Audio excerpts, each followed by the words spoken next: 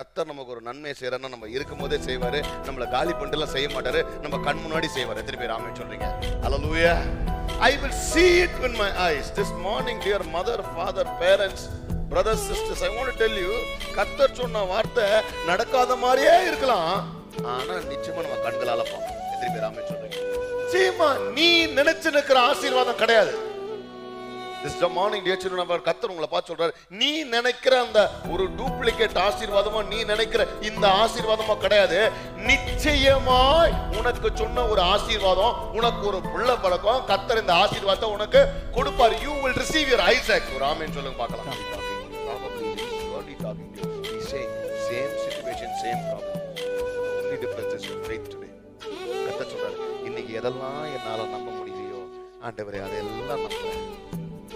இஸ்மவேல் இல்லை, எனக்கு ஈசாக்கை கர்த்தர். ஹல்லேலூயா.